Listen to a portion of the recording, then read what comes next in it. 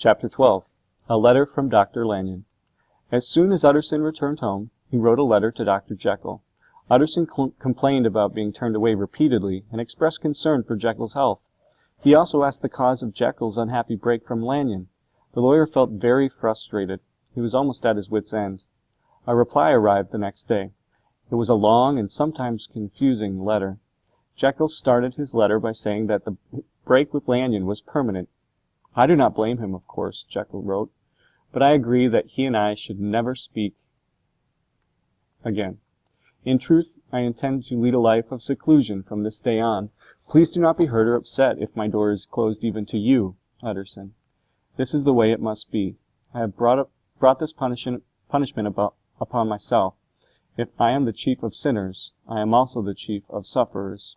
Until this time, I had no idea that life could hold such agony. Utterson, if you wish to ease my pain in any way, then please respect my silence." Utterson was amazed. Mr. Hyde and his evil influence were long gone. Not a week ago Jekyll had been healthy, happy, and heading toward a contented old age.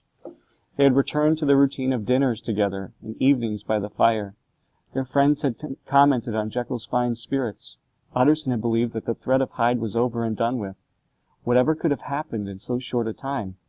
Less than 2 weeks later, Dr. Lanyon died.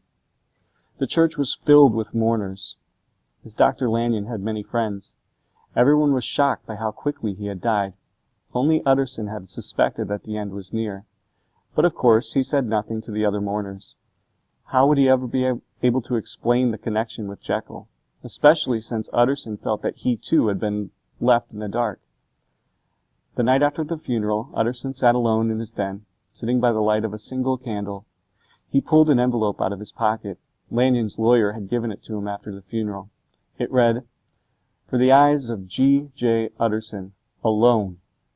If I, Dr. Lanyon, should outlive Mr. Utterson, this letter must be destroyed, unread."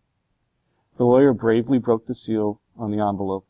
Inside was another sealed envelope that read, "Not to be opened until the death or disappearance of Dr. Henry Jekyll." The wording shocked Utterson. This was the same as Jekyll's strange will concerning Mr. Hyde. It was Dr. Lanyon's handwriting on the envelope. Why would Lanyon be concerned about Jekyll's disappearance? And why would Lanyon suspect that Jekyll might disappear one day? As both a trustworthy friend and lawyer, Utterson placed the sealed envelope in the farthest corner of his safe. He hoped the day would never come when he would have to open it. He feared the truth might be too hard to hear. Utterson continued to call on Jekyll, but with less frequency. The lawyer had to admit to himself that he was often relieved when Poole turned him away. He settled into a new routine and found comfort in it. Utterson knew that he would worry less if he kept busy. On one of his visits to Jekyll's home, Utterson asked Poole if the doctor was feeling any better. The butler reported that his master was seen less and less even within the household. Utterson noted that Poole looked worried. "He spends most of his time in the room above the laboratory," Poole said. "In fact, Dr. Jekyll often sleeps there. I leave his meals outside the door and return later to retrieve the empty trays." Poole looked like he wanted to say more. He hesitated for over a few words and then stopped. At last he said, "I'll tell the master that you were here."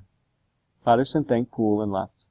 It was clear that Poole was worried about Jekyll's health and about how much time he spent alone. The lawyer was surprised to hear that even the doctor's servants rarely saw him. Utterson wondered if he had lost his good friend forever.